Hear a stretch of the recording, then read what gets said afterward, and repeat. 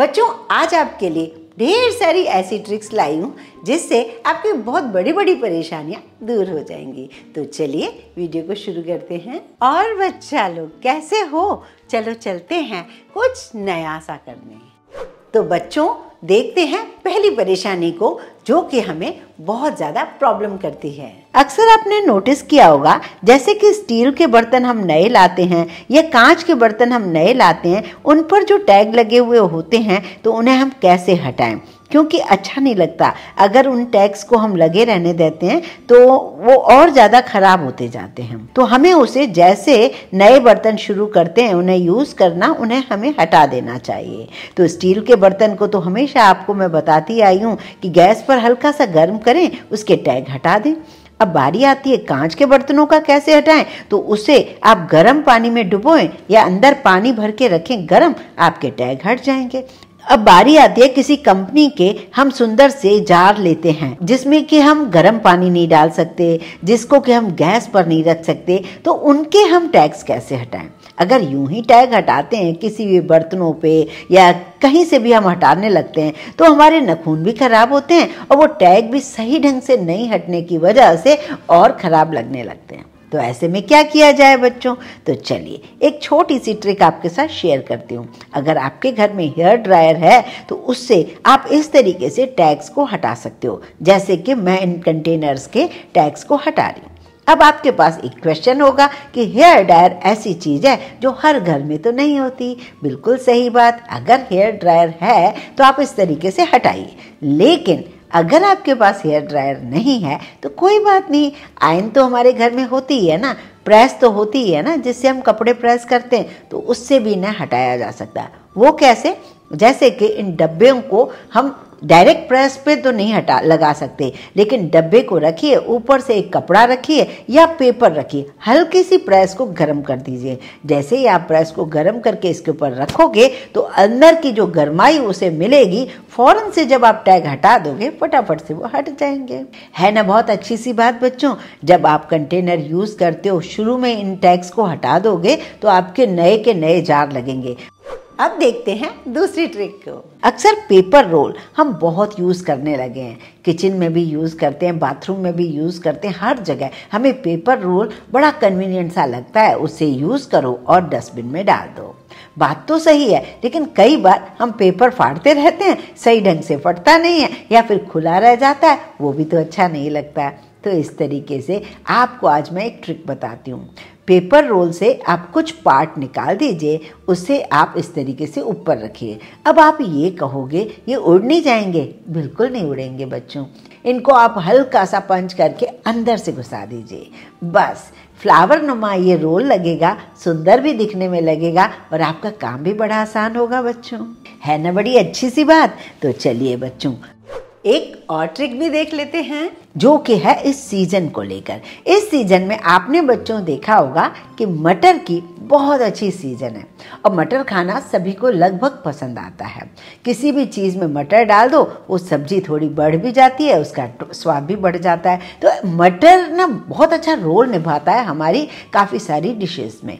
तो मटर को हम घर में रखें स्टोर करके, लेकिन वो सही ढंग के मिले, मतलब हमें साल भर एज इट इज़ कलर मिले, उनकी मिठास मिले, उनका स्वाद मिले, सारी चीज़ें एक साथ मिलें। तो उसके लिए आपको 3 स्टेप फॉलो करके मटर को स्टोर करना होगा। वो कैसे? तो इस तरीके से सबसे पहले मटर को छीलना जरूरी है। मटर को छीलने के बाद उसे धोना भी जरूरी है। धोना इसलिए कि जो छोटे छोटे कण होते हैं मटर के, वो नीचे बैठ जाएंगे और साइड हो जाएंगे और फिर आप मटर को अच्छे से यूज कर पाओगे। धोने के बाद आप एक पतीला रख दीजिए और गर्म करने पानी का रख दीजिए। उसमें डालिए, जैसे 2 किलो आपके पास मटर हैं तो 2 या 2.5 चम्मच भर के चीनी डाल दीजिए। 1 चम्मच डाल दीजिए नमक। नमक और चीनी हमारे मटर को स्टोर करने में, प्रिजर्व करने में, बिना किसी एडिशनल प्रिजर्वेटिव के हमारे मटर को एज इट इज कलर का रखे रहने देता है और ख़राब भी नहीं होने देता। कलर भी बहुत प्यारा सा रहता है हमेशा और उसका स्वाद बना रहता है। ये डाल दिया, उसके बाद एक छोटा सा स्टेप समझो। पहला स्टेप है पानी में उबाल आ जाए। उबाल आ जाए आप मटर डाल दो, बिना पानी के बस मटर डालते जाओ। जैसे ही आपने मटर डाला, मटर ऊपर आ गए, फौरन गैस बंद कर दो, क्योंकि हमें मटर को उबालना नहीं है, पानी को उबालना है। पानी उबल गया, अब आपने मटर डाला, मटर जैसे ही ऊपर आया, जंप लगा के कलर चेंज हो गया, ग्रीन सा हो गया, आपने गैस बंद कर देना है। बस ये है पहला स्टेप। अब दूसरा स्टेप है, ये पानी में से हम जल्दी से उसे निकालें ठंडे कोल्ड वाटर में, जैसे आइस भी डाल सकते हो। आइस डालकर एक बड़ा सा बाउल रख दो पानी का, और इसमें गर्म वाले में से धीरे धीरे से निकाल के मटर इस ठंडे पानी में डाल दो। इससे क्या होगा, इस मटर की कुकिंग वहीं की वहीं रुक जाएगी, और जो कलर हमने ग्रीन दे दिया उसको, मतलब अपने आप में ही वो कलर एज इट इज बना रहेगा। अब ये 2 स्टेप तो आप लोग फॉलो करते हो, मुझे पता है, लेकिन तीसरा स्टेप भूल जाते हो। करते हो लेकिन लापरवाही से। तो यहाँ हमें लापरवाही नहीं बरतनी है।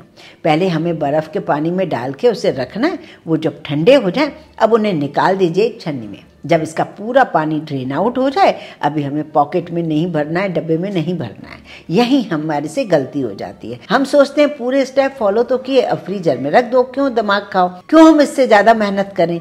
ये अक्सर सारा काम मैं रात को करती हूँ। उससे क्या होता है, रात को करने से ये सारी रात मैं कपड़े पर बिछा देती हूँ ये सारे मटर को। अभी मैं आपको बाहर लेकर आई हूँ बालकनी में, और आपको डाल के दिखा रही हूँ। इसको कभी भी धूप में नहीं सुखाना है, मुझे धूप चाहिए ही नहीं। धूप से तो इसका सारा कलर उड़ जाएगा। ये देखिए, मैं अभी हल्की सी धूप सी रोशनी आ रही है, तो मैं क्या कर रही हूँ, इसके ऊपर कपड़ा डबल कर रही हूँ, क्योंकि मैं अभी आपको दोपहर में आपको दिखा रही हूँ ये वीडियो बना के। तो मैं हमेशा जब रात को बनाती हूँ ना, तो इसको कोई कपड़ा डालने की भी ज़रूरत नहीं पड़ती है, बस बिछा देती हूँ। ओवरनाइट में इसका पूरा पानी सूख जाता है। उसके बाद मैं जिप लॉक में इनको भर के रखती हूँ। जिप लॉक में भी जब भरते हो तब उसकी थोड़ी सी ऐसे इस तरीके से भरिए, जैसे कि ओवर पूरी पन्नी मत भरिए। जब आप सब्जी के लिए निकालोगे तो क्या करोगे, पूरी पन्नी बार बार लाओगे। ऐसे डालो कि एक आध बार सब्जी बन जाए, 2 बार सब्जी बन जाए बस। मेरे पास भी पन्नियाँ बड़ी हैं, तो मैंने ऐसे डाले हैं कि 2 बार में ये मेरा यूज़ हो जाए। उसके बाद उसको पूरी हवा निकाल के और ऐसे पैक करके फ्रोजन कर दो, फ्रीजर में रख दो, हो गई छुट्टी।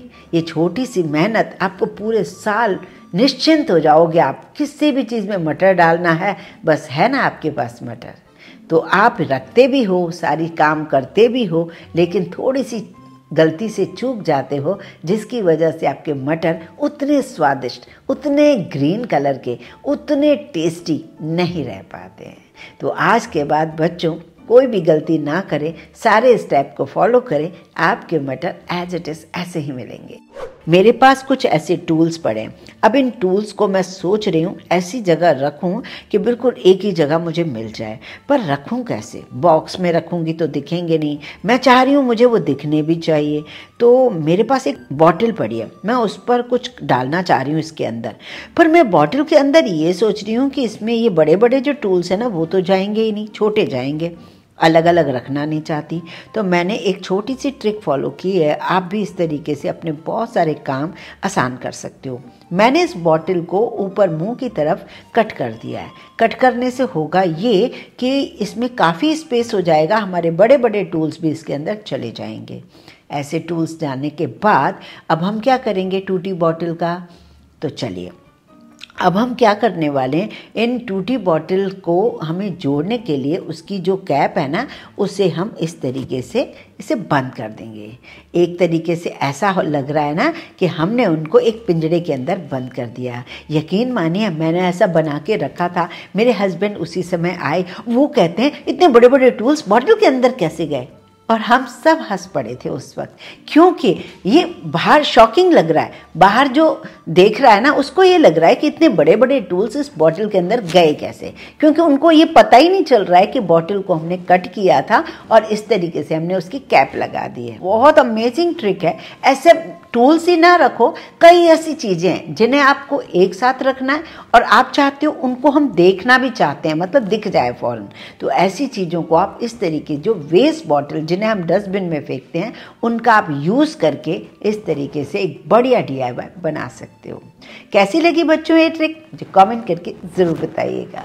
बच्चों इस तरीके से ये छोटी छोटी ट्रिक्स हमें बहुत हेल्प करती हैं, बहुत सारी प्रॉब्लम्स को छूमंतर कर देती हैं। वैसे पर्सनली आपको सबसे अच्छी ट्रिक कौन सी लगी, मुझे कमेंट करके ज़रूर बताइए।